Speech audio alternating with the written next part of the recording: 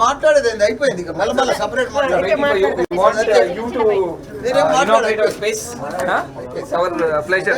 చెప్పిందే చెప్పాలని నాకు అయిపోయింది చెప్పేసి కదా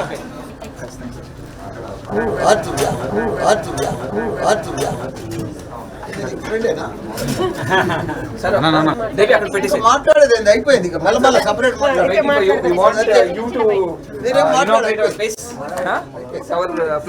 మళ్ళీ చెప్పిందే చెప్పాలని నాకు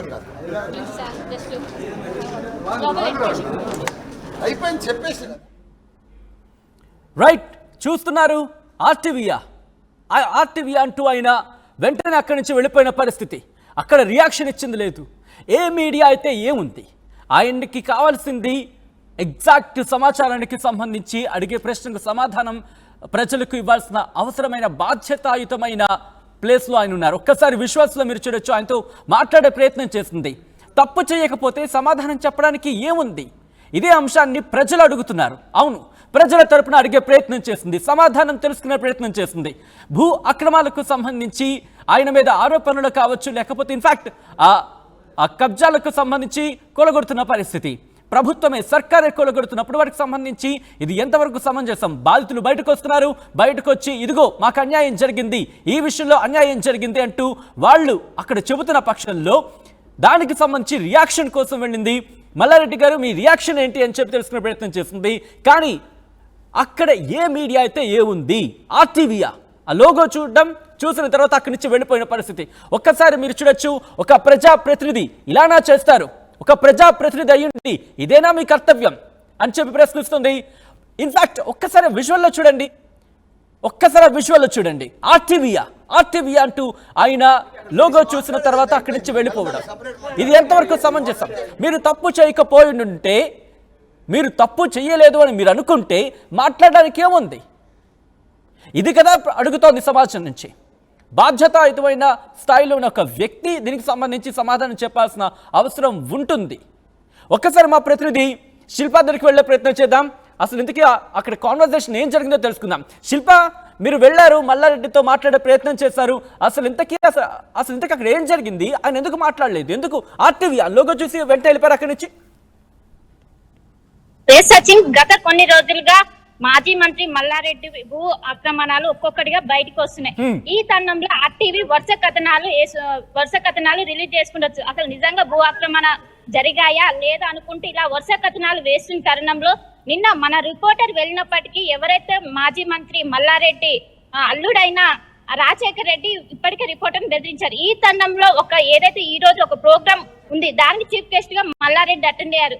సో ఈ ప్రోగ్రామ్ లో భాగంగా నేను ఆయనని అసలు నిజంగా భూ ఆక్రమణకు పాల్పడినప్పటికీ ఎందుకు మీరు ఆన్సర్ ఇవ్వట్లేదు అని ముందుకెళ్ళి ప్రశ్నించగా, మీరు ఏ ఛానల్? ఆర్టీవీకి నేను ఎందుకు ఇవ్వాలా అన్నట్టు స్పెసిఫిక్ గా ఫైండ్ అవుట్ చేసి అసలు ఆర్టీవీ ఇక్కడికి ఎందుకు వచ్చిందని ఆయన అన్నాడు.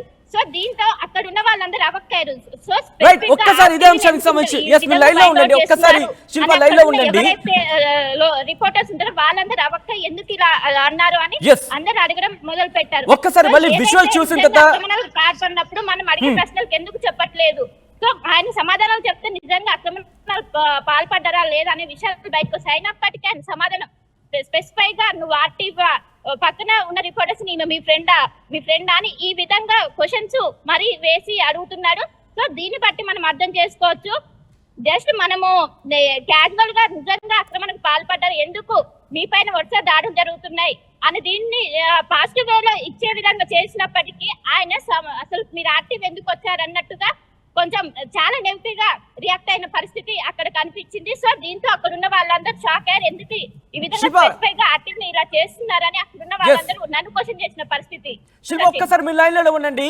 అసలు ఎంతకీ ఏం జరిగింది మరొకసారి చూపించే ప్రయత్నం చేద్దాం, మళ్ళీ మాట్లాడే ప్రయత్నం చేద్దాం.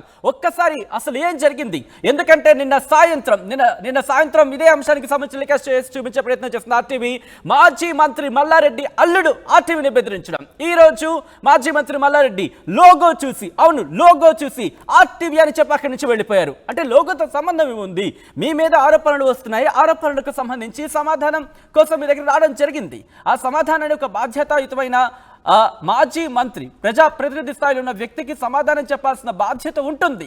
ఈ నేపథ్యంలోనే అక్కడ అడిగే, ఎందుకంటే ప్రజలు కూడా తెలుసుకోవాలనుకుంటున్నారు. దాంతోపాటు ముఖ్యంగా మీ బాధితులే ఆర్టీవీతో ఎక్స్క్లూజివ్గా మాట్లాడినప్పుడు చెబుతున్నారు. ఈ నేపథ్యంలోనే అసలు ఏం జరిగింది అనేది మీ నుంచి రియాక్షన్ తెలుసుకునే ప్రయత్నం చేస్తుంది ఆర్టీవీ. వన్ సైడ్గా కథనాలు ఏం వేయలేదు, మీ నుంచి రియాక్షన్ తెలుసుకుంటే మీ రియాక్షన్ కూడా ఇక్కడ ప్రసారం చేయాలనుకుంది. కానీ మీరు లోగో చూసిన తర్వాత అక్కడి నుంచి వెళ్ళిపోయారు. ఒక్కసారి అసలు ఇంతకీ ఏం జరుగుతుంది ఒకసారి చూసిన తర్వాత మళ్ళీ శిల్ప దగ్గరికి వెళ్ళే ప్రయత్నం చేద్దాం.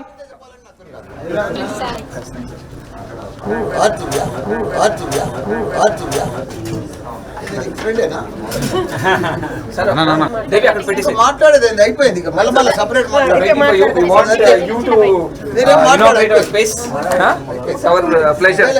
చెప్పిందే చెప్పాలని అతను కాదు.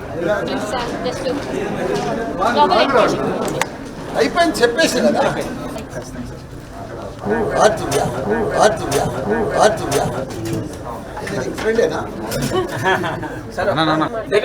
మాట్లాడేది అయిపోయింది, మళ్ళీ సపరేట్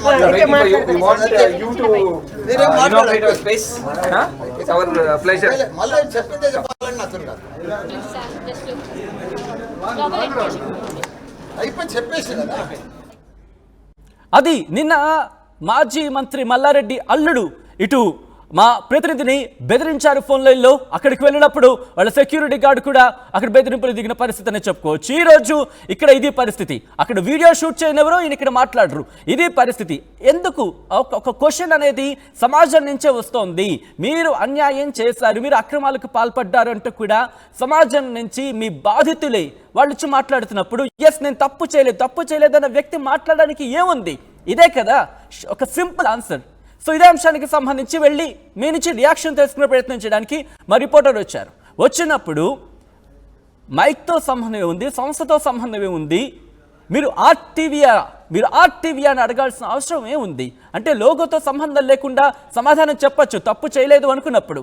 కానీ ఎస్ మీరు నా మీద వరుస కథనాలు ప్రసారం చేశారు, నేను తప్పు చేయలేదు, ఇది ఆధారం అంటే క్లియర్. కానీ ఆ ప్రయత్నం మీరు చేయలేదే. ఒక్కసారి మళ్ళీ శిల్ప దగ్గరికి వెళ్ళే ప్రయత్నం చేస్తున్నాను. శిల్ప, అసలు ఇంతకీ ఏం జరిగింది? మీరు ఎందుకంటే చాలా ప్రయత్నం చేశారని చెప్పుకోవచ్చు అక్కడ ఆయన నుంచి రియాక్షన్ తెలుసుకోవడానికి. ఆయన్ని కనీసం ప్రశ్న అడిగే ప్రయత్నమైనా జరిగిందా, లేకపోతే దానికి కూడా అవకాశం ఇవ్వలేదా? అసలు ఇంతకీ ఏం జరిగింది అక్కడ? సచిన్, నిన్న ఏరోనాటికల్ ఇంజనీరింగ్ ఇప్పటికే కూల్చేసారు. దానిలో భాగంగా మన రిపోర్టర్ అక్కడ వెళ్ళంగా ఆయన అల్లుడు ఎవరైతే ఉన్నారో మర్రి రాజశేఖర్ రెడ్డి, ఆయన బెదిరించారు. సో ఇలా ఎందుకు బెదిరిస్తున్నారు సార్, మీ నుంచి మేము కన్విన్స్ చేయడానికి మాట్లాడారు సార్, ఇలా ఎందుకు జరుగుతుంది, నిజంగా అక్రమానికి పాల్పడ్డారా లేదా అని ఇలా చాలా కన్విన్స్ చేసే విధంగా ఆన్సర్ అడిగింది. అయినప్పటికీ ఒక ఆడపిల్లని చూడకుండా చాలా దురుసుగా వ్యవహరించారు. ఆర్టీవీ అయితే నేను ఎందుకు ఇవ్వాలి, ఆర్టీవీకి అసలు ఇవ్వను పో అన్న విధంగా అక్కడ చాలా మంది ఉన్నారు. అయినప్పటికీ వాళ్ళని ఎవరిని చూడకుండా అంత మందిలో ఈ విధంగా ఆర్టీవీని ఈ విధంగా అన్నాడు. దీంతో అక్కడ ఉన్న వాళ్ళందరూ షాక్ అయ్యారు. సో ఎప్పుడైతే మీరు వరుస కథనాలు మాపై నెగిటివ్ కాదు సార్, అక్కడ ఉన్నది పాజిటివ్, అక్కడ ఉన్నదే వేస్తున్నాము. అక్కడ ఎలాంటి జరగకపోతే, భూ ఆక్రమణ జరగకపోతే ఇలా వరుసగా మీ పైన ఎందుకు దాడులు జరుగుతాయి? ఇంతకుముందు అనేక మంది మంత్రులు ఉన్నారు. సో ఆ మాజీ మంత్రుల పైన జరగని విధంగా మీ పైన ఎందుకు జరుగుతున్నాయి?